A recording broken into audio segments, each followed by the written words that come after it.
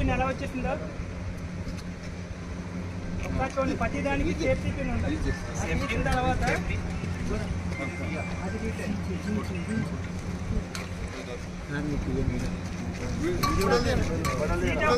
గాలి ఎటు వేస్తుందండి, ఇటు వేస్తుంది.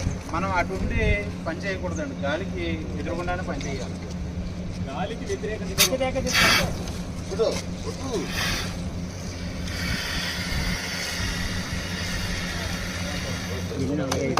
ఇది ఏమైంది, ఈ మంటకి కావాల్సిన ఆక్సిజన్ వచ్చేసింది.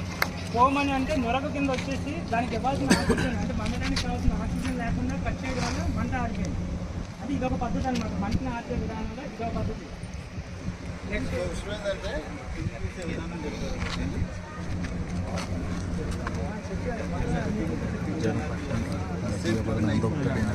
దీన్ని చూడండి. ప్రతి దాని